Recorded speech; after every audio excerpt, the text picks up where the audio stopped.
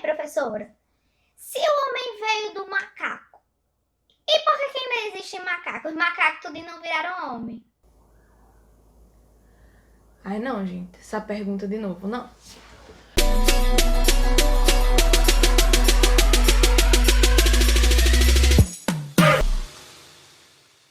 Olá, eu sou a professora Artemisia Medeiros, seja bem-vindo a esse canal. Se ainda não é inscrito, se inscreve, deixe seu like e compartilhe esse vídeo nas suas redes sociais.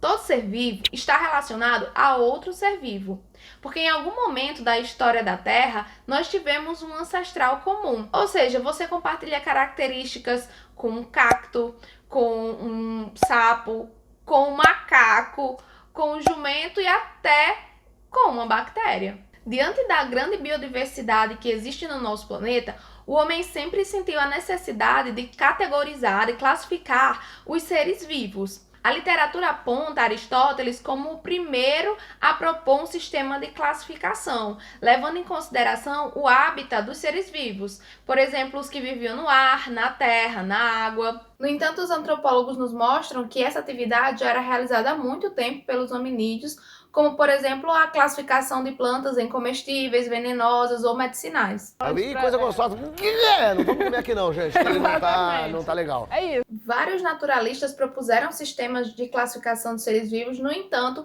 foi Carolus Linnaeus, popularmente conhecido como Linneu, o pai da taxonomia moderna. O papel da taxonomia é basicamente montar um quebra-cabeça gigantesco que mostra o parentesco evolutivo entre os seres vivos.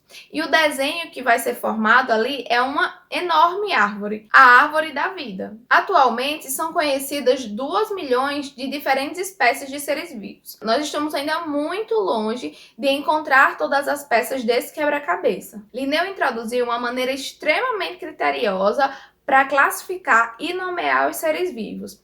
Para classificar, ele utilizou uma hierarquia em vários táxons, ou seja, em vários grupos. A maior categoria taxonômica é o reino, seguido por filo, classe, ordem, família, gênero e espécie.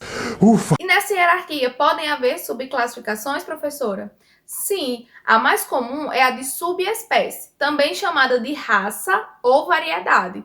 Basicamente, pessoal, todas as plantas e animais que nós temos hoje em dia são subespécies de animais e plantas selvagens. É o caso, por exemplo, do milho, que é um dos nossos principais produtos de exportação. O conceito de espécie diz que ela é uma categoria que reúne indivíduos que podem cruzar na natureza e gerar descendentes férteis. Embora esse conceito seja amplamente difundido, Darwin já alertava há muito tempo da possibilidade de existência de híbridos férteis. Ele só não tinha conhecimento suficiente para explicar como que isso poderia acontecer. Em geral, espécies diferentes possuem um número de cromossomos também diferentes. E quando a célula ovo ela vai alinhar os cromossomos, geralmente vai acontecer uma incompatibilidade e o embrião não vai conseguir se desenvolver.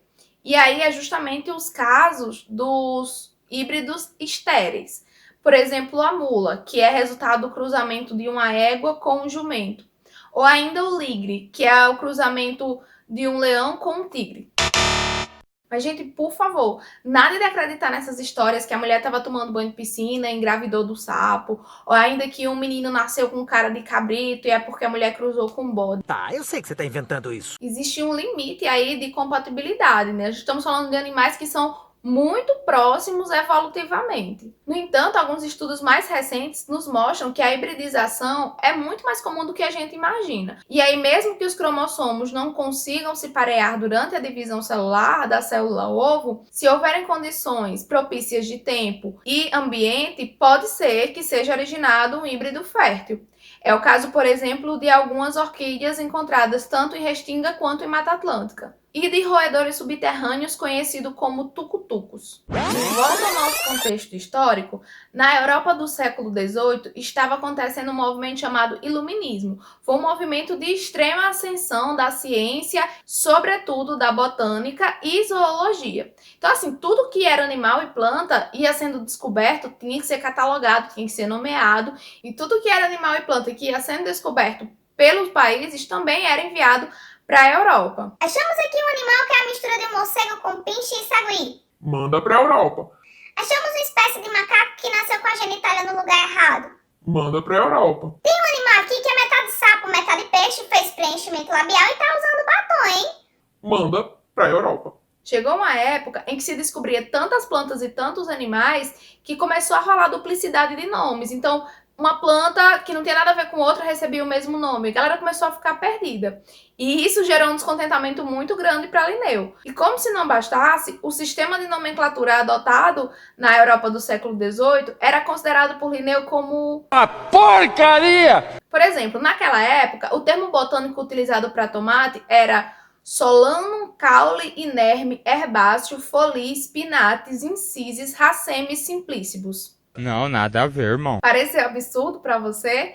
Pois é, para Linneu também. Tanto que ele escreveu que ele estremecia ao ver a nomenclatura adotada pelas autoridades modernas. Foi aí que Linneu teve a brilhante ideia de produzir seu próprio sistema de nomenclatura das espécies, o sistema de nomenclatura binomial. E aí essas regras eram as seguintes. Primeiro, que cada espécie teria um único nome composto por duas palavras, de modo que a primeira era chamada de epíteto genérico e sempre escrita com letra maiúscula, e geralmente um substantivo. E o segundo termo, chamado de epíteto específico, escrita com letra minúscula e geralmente um adjetivo. Todos os nomes científicos devem ser escritos em latim ou latinizados. Mas por que o latim? Pessoal, o latim é uma língua morta, não vai correr o risco do latim sofrer alguma reforma ortográfica como aconteceu recentemente com a língua portuguesa.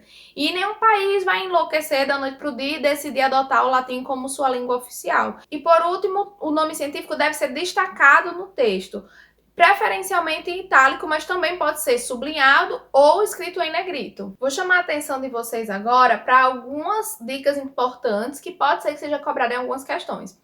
Por exemplo, escrever o epíteto específico sozinho. Pode? Não. Ele não tem nenhuma representatividade. Essas duas palavras, elas se completam. Agora, vamos pegar aqui como exemplo Oryza sativa, que é o arroz. Se essa palavra já foi citada no texto, você pode abreviá-la na segunda citação, como por exemplo, O.sativa. Caso você queira escrever, por exemplo, sobre o gênero Panthera e não especificar de qual animal você está falando, se é do leão, do tigre, da onça, mas quer falar de características gerais desse táxon, como é que você escreve isso? Panthera SP. Que aí você está abrangendo as espécies dentro desse gênero. Um dos grandes desafios enfrentados por Linneu era de que ele não tinha muito conhecimento sobre a evolução. Charles Darwin só iria aparecer com suas contribuições 100 anos depois. Então, quais eram os critérios que ele utilizava para agrupar os seres vivos em táxon?